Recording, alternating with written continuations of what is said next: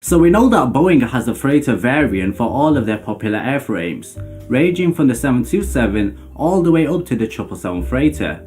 And while Boeing has a majority share within the freighter market, it really makes you question as to why doesn't Airbus offer any other freighter variants apart from their Airbus A330 freighter?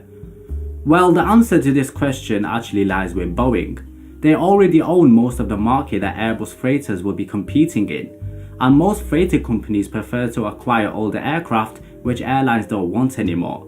They just convert them into cargo planes and voila, and you've got yourself a freighter while saving a huge amount of money. Now most cargo companies won't invest in new expensive aircraft, and there's actually no point because they have no passengers to freight. Now apart from the cost, there are two problems for larger wide-body freighters. Firstly, the A330 cross-section is too small to load the same container as the 777 freighter or the 747 freighter. The Boeing freighters can load two size containers side by side, whereas the A330 cross-section is too small to do so. Secondly is the structural efficiency. Now most people know that Airbus planes are heavy relative to the structural payload limits of the plane. Take for example the 777-200LR and the A340-500. Both planes have a similar internal volume and a floor area. However, the empty weight of the Airbus is 377 tons while Boeing is 320, and their payload limits are 119 and 141 tons. Now the 777 is able to carry much higher payload, and this is generally true to all Boeing aircraft.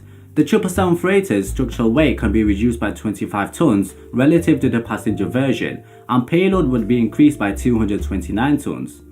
Now in order for the A340-500 to gain the same efficiency with the same maximum payload, Airbus would have to reduce the structural weight by 87 tons, and this is quite near impossible to do so on that aircraft. Now volume efficiency is next, and it's basically how much of the cross-section is able to be filled with freight in a practical manner. The A330 and the A340 cross-section loses out on both of these relative to the competition. Now in the case of the A380 relative to 747, Airbus still comes up short in terms of structural efficiency, but it has a tremendous amount of loadable volume, and Boeing can't yet match its 150 ton maximum payload.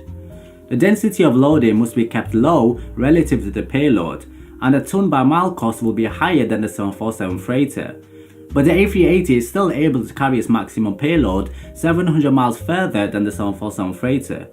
Now this basically limits the most efficient application of the A380 freighter where freight density is low. But let's not forget that Airbus has been very successful with its A300 freighters. UPS and FedEx have enormous fleets of the freighters which have kept the A300 production line open for many years. But in the freighter business, it's all about conversions. A huge portion of cargo airlines are in conversions, and the simple fact is that most of the Airbus planes flying around are not that old. So I think Airbus have taken the right steps to stay out of this market, which would actually not benefit them. The A380 freighter is the exception because it will be the largest freighter available and there's no aircraft to compete with it. And this might be the reason for Airbus to build the next cargo plane. So there you go captains, that was a brief overview as to why Airbus don't build many freighters. Now I'm curious to know what you guys think about this and whether the A380 freighter will be the plane of the future. Let me know what you think in the comments below. Thank you so much for watching my fellow captains. Remember to like and subscribe if you enjoyed the video, and I'll catch you guys in the next one.